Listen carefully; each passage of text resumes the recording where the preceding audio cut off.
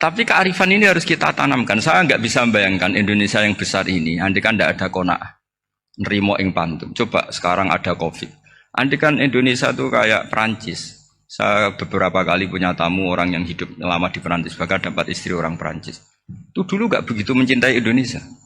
Tapi setelah di Perancis 2 tahun, wah Indonesia hebat. Di Perancis itu kata dia kalau cerita, semua kebutuhan masyarakat itu dibebankan ke negara. Apa saja minta negara, apa saja nyoal negara. Sementara Indonesia, coba kalau Indonesia mengalami seperti ini kok tidak ada qanaah rimo ing pantum, bisa chaos Indonesia. Orang miskin nyalahkan negara, kelaparan nyalahkan negara, apa saja. Tapi barokahnya dididik kiai, jogeman nyalahno wong liya. Urip pun romo ing pandum, diame. Sampai gak ngerti kalau Covid.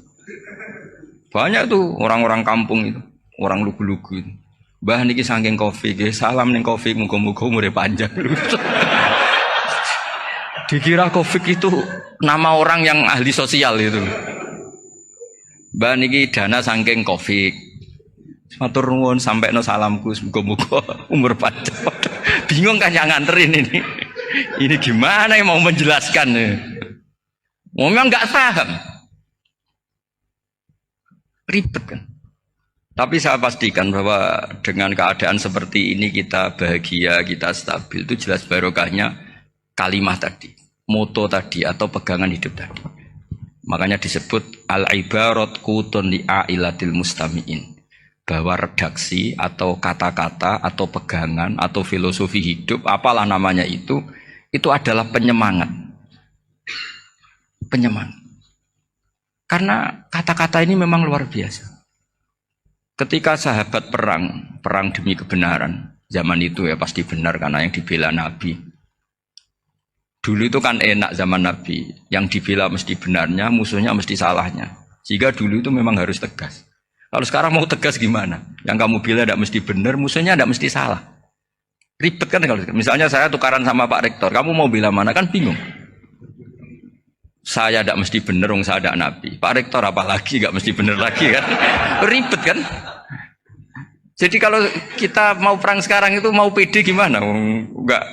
Makanya banyak ulama sekarang tuh mau tegas tuh nggak berani karena ya banyak hal yang abu-abu lah wilayahnya. Misalnya pilihan presiden atau pilihan bupati, pilihan menteri. Kamu mati-matian bela itu, yang kamu bela tidak mesti benar, musuh kamu tidak mesti salah. Misalnya pilihan bupati, wah ini kabupaten ini baik kalau bupatinya ini, yang satu bilang ini, terus tim suksesnya kamu tanya, kamu yakin? Ya tidak juga. Lah kenapa semangat? Kan saya botohnya, paling alasannya ya itu aja, bukan yang lain. Beda dengan zaman Nabi, nabinya mesti benar, Abu Jahalnya mesti salah, kan enak aturan mainnya jelas. Singkat cerita dalam perang itu banyak sahabat yang ngalami luka, ngalami apa gitu. Kemudian curhat ke Nabi, ya Nabi gara-gara derekkan jenengan, ngikuti jenengan saya harus ngalami seperti ini, seperti ini. Ngiranya orang itu diapresiasi sama Allah keluarnya. Ternyata sama Allah gak diapresiasi. Malah diturunkan ayat intakunu ta'lamuna fa innahum ya'lamuna kama ta'lamun wa tarjuna minallah malah yarjun. Kalau kamu sakit karena perang, orang-orang kafir itu ya sakit. Itu saja berani padahal demi kekafiran. Wa tarjuna minallah ma la yarjun. Padahal kamu punya nilai lebih yaitu berharap kepada Allah yang mereka tidak punya. Saya jadi kiai itu ya kadang mangkel. Karena yang benci ya benci, yang seneng itu ngel-ngel loh kayak Pak Bejo. Jadi semuanya ribet. Nah iya, yang benci ya ganggu, yang seneng ya ganggu, tambah nemen. Seribet. Tapi kalau sudah ingat bandar narkoba, mereka berhadapan dengan polisi, kadang ditembak karena kesalahannya terlalu fatal. Antar persaingan mereka juga bisa tembak-tembakan karena merebut pasar narkoba. Itu saja mereka berani. Kok kita yang jadi kiai kadang dicium tangannya, dihormati gak berani, hanya takut apa ya, musibah-musibah kecil atau problem-problem kecil. Lah iya, kalau kita bandingannya gitu. Kalau kamu mau tahajud kedinginan, itu masih nanti dihisab Allah itu gitu. Maling ayam itu keluar malam-malam, hanya dapat ayam. Itu gak takut dingin. Ya gak takut digebuki masa. Kamu mau tahajud saja takut dingin. Makanya nanti hisabnya orang soleh itu nanti dijajarkan orang dolim. Terus diperbandingkan. Wah itu habis kamu kalau itu. Jadi misalnya Unisula mau rapat, tapi ini malam, kalau malam dingin nanti sama masuk angin. Wah anak-anak pang di perapatan aja berani kamu.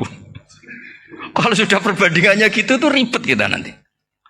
Makanya itu kalimat itu moto atau filosofi hidup.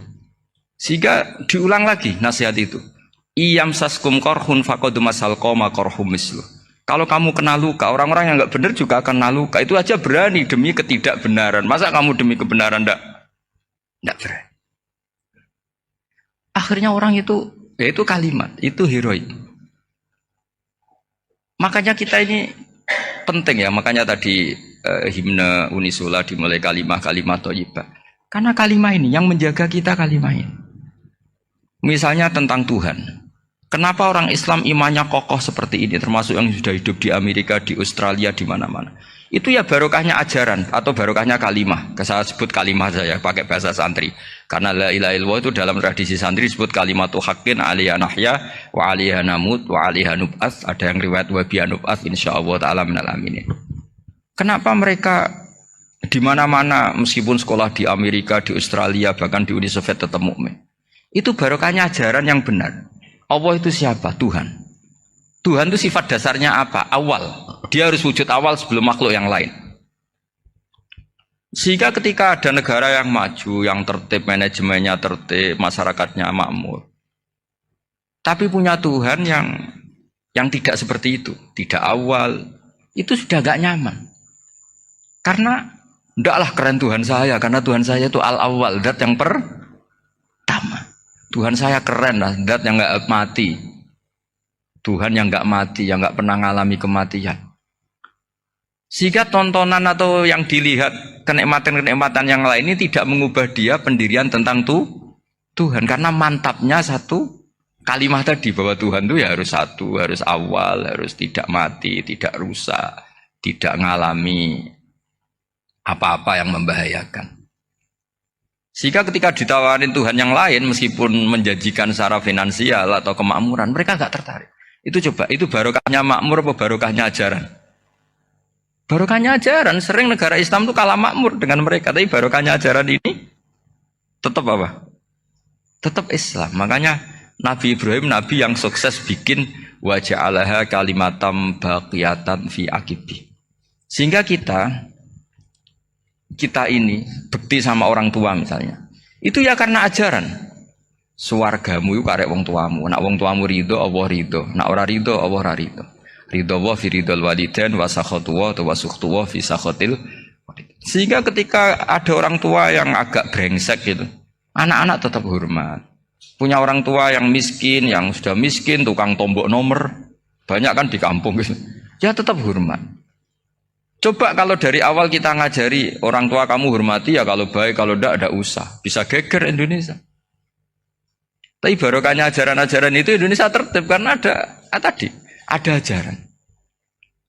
Nah ini di sini pesantren dan Unisula semua harus berkontribusi membuat ajaran yang benar itu adalah ciri utama Islam. Sehingga Islam ini dimulai dengan ajaran kalimatu haqqin alaiha nahya wa alaiha namut. Sehingga kita tenang seperti ini. Saya ini termasuk kiai yang tenang. Meskipun kata orang banyak saya ini kiai besar, tapi termasuk kiai yang paling tenang. Termasuk yang paling tenang. Karena saya ini pakai mazhab orang-orang hebat.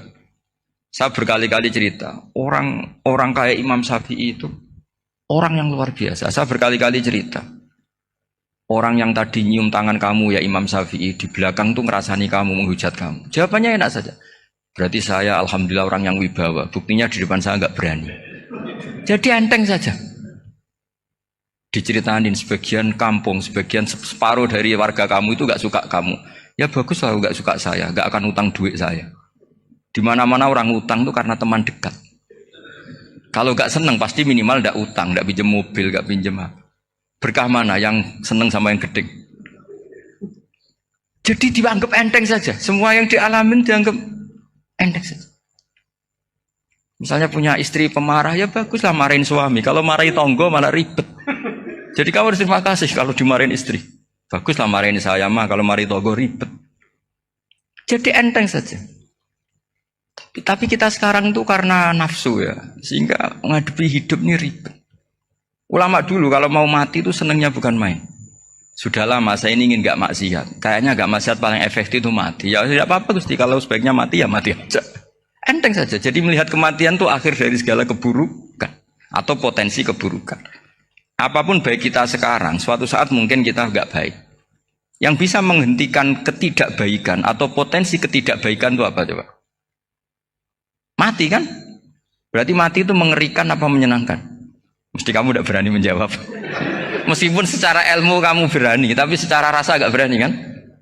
Saya ulang lagi ya, yang bisa menghentikan keburukan atau potensi keburukan itu apa coba? Apa? Kematian. Berarti kematian itu menyenangkan atau menyusahkan? Apapun kamu tidak berani jawab karena kamu agak-agak duniawi itu kelihatannya. Tapi secara ilmu, kamu tahu kan kalau mati itu tidak buruk-buruk banget. Karena apa? Itu akhir dari segala keburukan. Sehingga Nabi ngajarkan kalimat itu begitu luar biasa. Allahumma ahyini maka natil hayatu khairan li wa tawaffani maka natil wafatu khairan li. Nabi melihat dunia itu begitu indah. Ya Allah, kalau saya ini hidup, anggap saja hidup ini ziyadatan li fi kulli khairin, menjadi modal saya menambah segala kebaikan.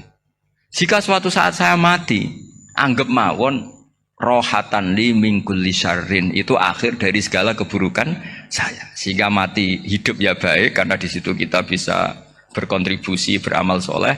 Mati juga baik karena mengakhiri segala keburukan.